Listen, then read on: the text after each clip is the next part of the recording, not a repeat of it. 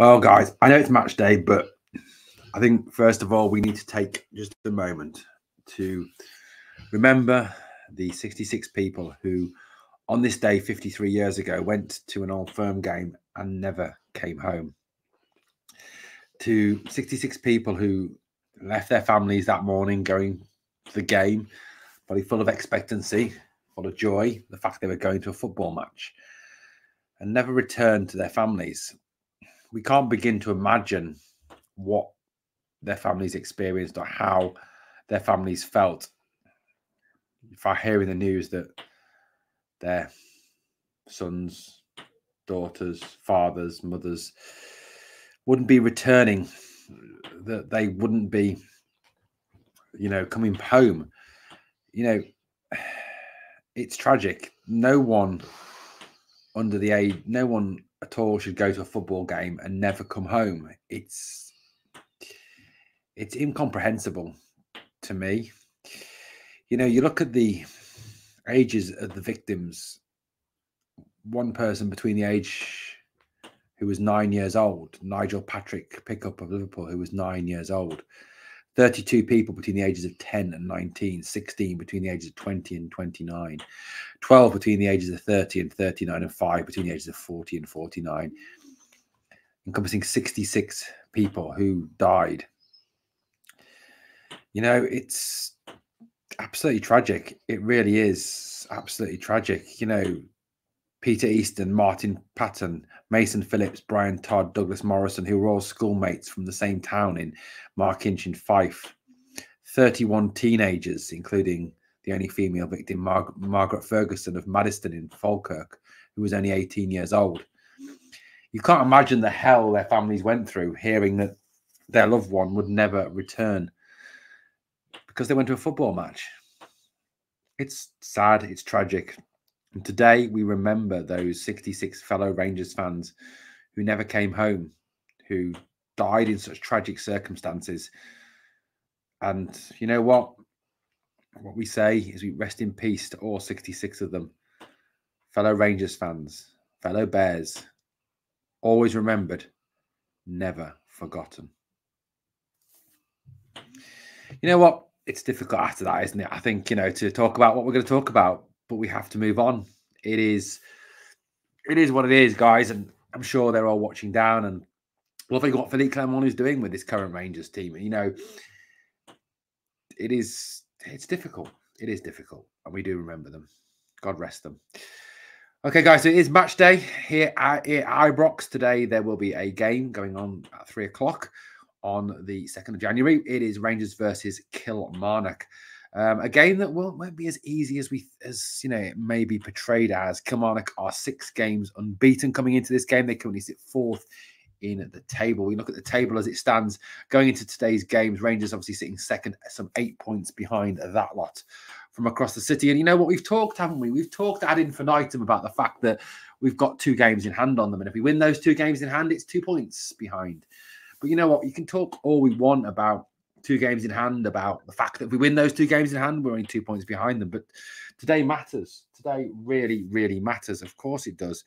Because at the end of the day, we've got to win tonight. We've got to win tonight. It's going to be a tough game. Of course it's going to be a tough game. It's Kilmarnock are in good form. And I know it seems weird to say that and to talk like that. We've got to have the attitude that we are Rangers. We go everywhere. We win everything we can. We've obviously lost 4 games this season. Unfortunately, we lost on Saturday to that lot from across the city. 1 loss in our last 5. Look at Kilmarnock's record. They have played 21, won 8, drawn 7, lost 6, scored 23, 20 against. Positive 3 goal difference, 31 points, some 2 points behind Hearts, having played a game more than them. Their record: draw, loss, draw, 1-1, draw, win. Their last time out, they drew with Dundee. Look, Dundee apparently should have won that game. Kilmarnock are in form. They're in good form. And Derek McInnes is no mug as a manager. We know that. He'll have his team set up. He'll have his team ready to go against Rangers. Of course he will. He's talked in the media about the fact that, he has a better squad than last year, that he is bang up for this game, and he's talking up their chances.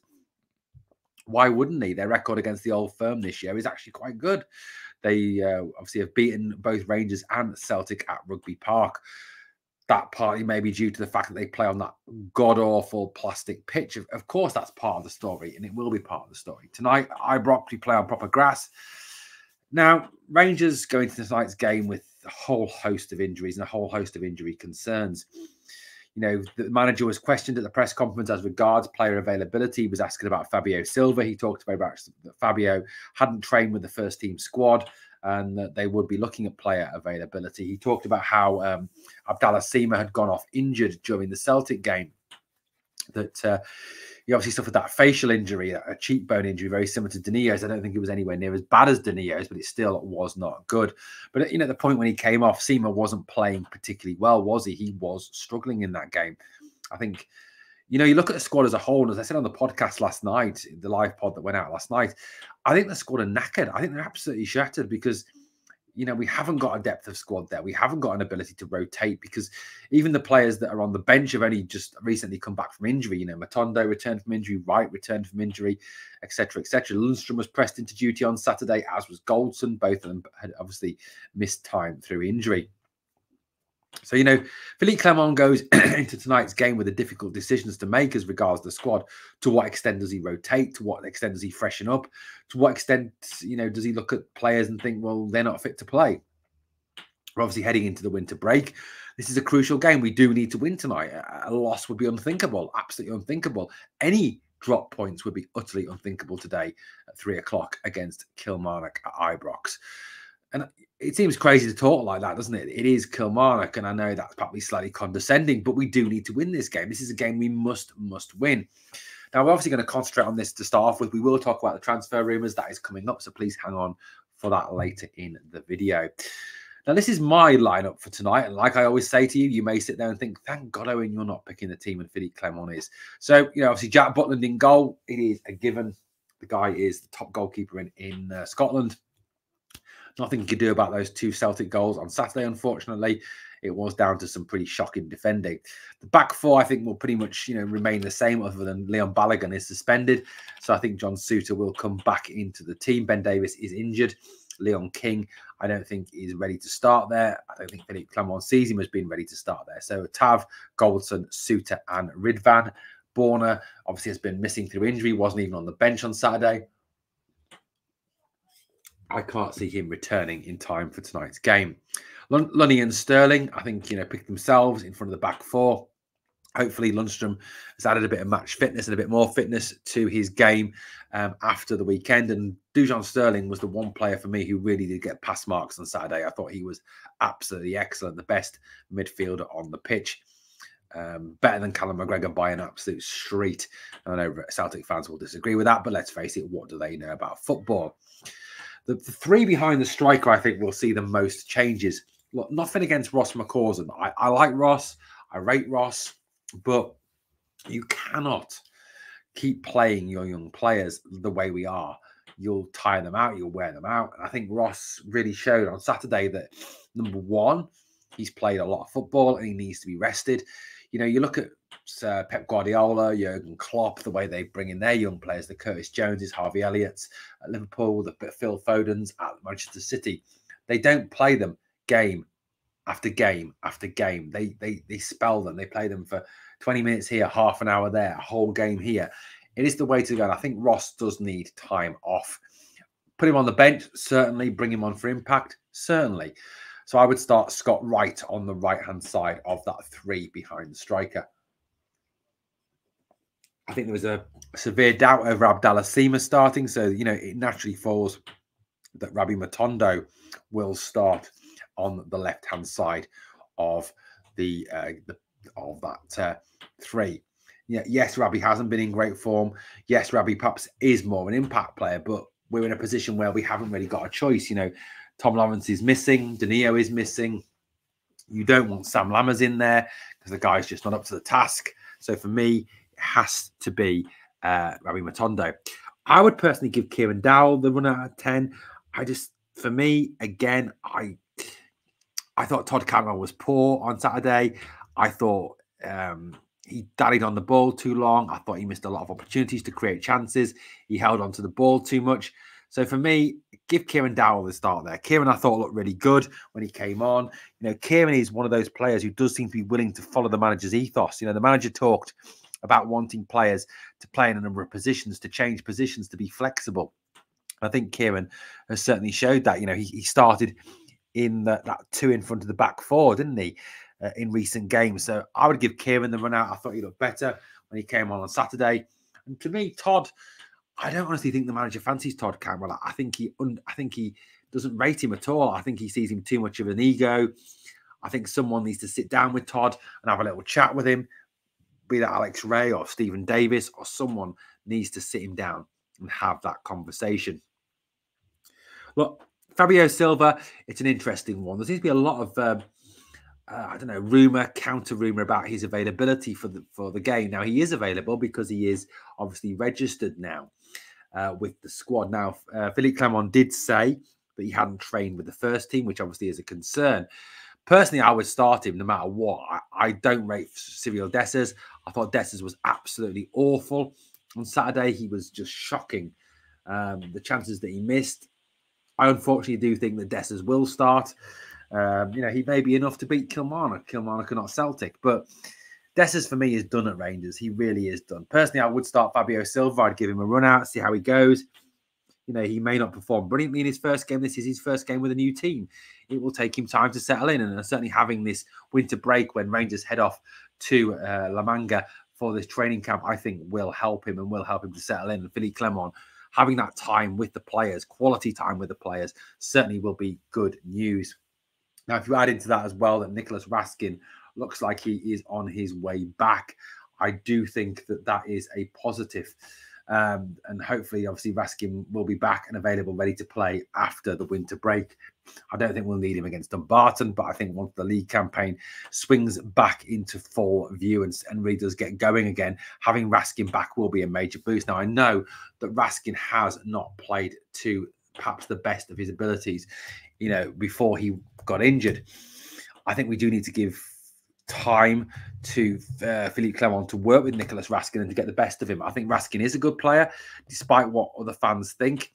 I think we will see him being used in those behind closed door friendly against Hertha, and then obviously that public friendly against FC Copenhagen before Rangers face Hibernian in the league on the 24th of January. That'll be the first game when I think we will see a need to have Raskin back.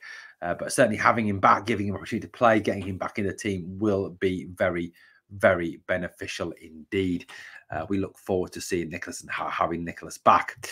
Now, this January transfer window, it seems to be causing an awful lot of what I would say is confusion amongst Rangers fans. I've got Rangers fans telling me that the board want a net zero spend, that they don't want to spend any money over this transfer window. If that's the case, it's going to be a real struggle to attract top talent. And we do need to spend money. I think whoever, and I hate to use this, wins this transfer window will go on to win the league. Rangers need to invest in this squad. And if Rangers are in a position where we can't afford to spend $3 million on one player or $5 million on another, it's a very sad state of affairs. And this board do need to be sat down and questioned about their ambitions for this club. Now, according to the papers today, the reports coming out of Rangers are that Rangers are interested in signing 3 players to add in to Fabio Silva. Now, the first name that keeps repeatedly coming up is Miljan Manhoef of Vitesse Arnhem. Now, reports are suggesting that he was scouted by Niels Koppen, who obviously has been working in Holland with PSV Eindhoven. According to the reports in a number of media sources over the weekend and this morning, online and in written form, Rangers are leading the race to sign the £2.5 million rated Dutch under-21 winger Miljan Manhoef from Vitesse Arnhem. It's thought that he's been tracked by Rangers for over a year now, and the new director of football recruitment, Niels Koppen, has signed off on this deal, having been obviously very aware of Manhoef and seeing him up close, obviously during his time with PSV Eindhoven, when PSV have played Vitesse Arnhem.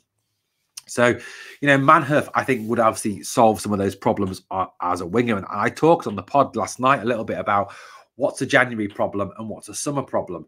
And I think, looking at the issues we have at this moment in time, yes, this defence needs a major overhaul. Yes, this defence is way too old. Yes, Tavernier, Goldson, that lot need to be moved on, and new younger players need to be brought in to replace them. I get that.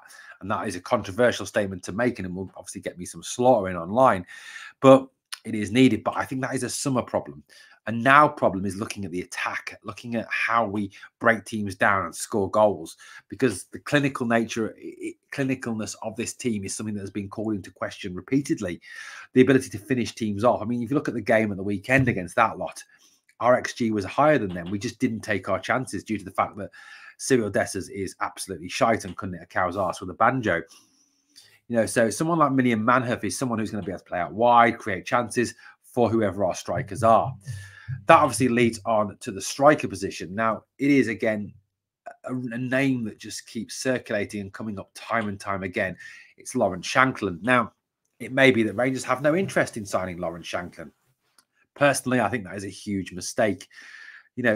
We need a striker to come in who's going to be able to hit the ground running, who's going to score us goals in this league. If we get someone who scores us goals in this league, we are going to win this league. I honestly think that, because this Celtic team are not Ange Postecoglou's Celtic. They are not the relentless winning machine that Ange had at Celtic. I mean, make no mistakes. If that's Ange's Celtic on Saturday against us with 10 men, they go on to win 4-5-0 because Ange will condition them to that. Postecoglou, whatever we think of him, whether we hate him, whether we think he's whatever we think of him, he is a good coach. He is a very good coach, and he's proving that with Tottenham at the moment. So look, we do need a striker. We do need someone who's going to put the ball on the back of the net on a regular basis. For me, Lawrence Shankland would be the perfect option. Very Chris Boyd-esque, would score goals.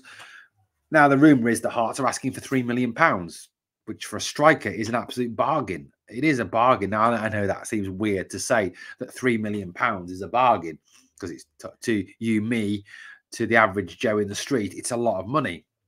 But to a football club, to a business, 3 million is not a lot. Not when you consider that down south, the average transfer fee is between 16 and 18 million. And to sign an average player, you need to spend 10 million. That players from the English Championship are going to the Czech Premier League for 20 million pounds.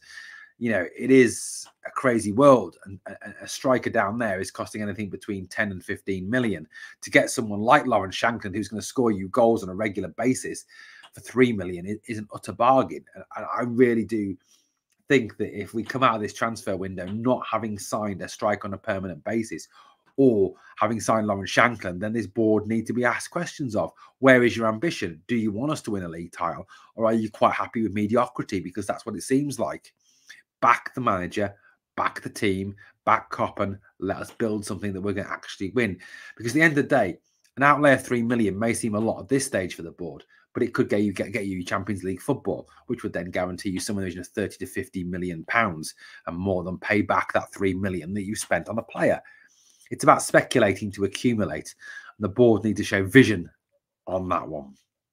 Now, the other name that Rangers have reportedly been linked with, now, according to rumours, and again, it is only rumours and report, I don't know any more than a lot of people.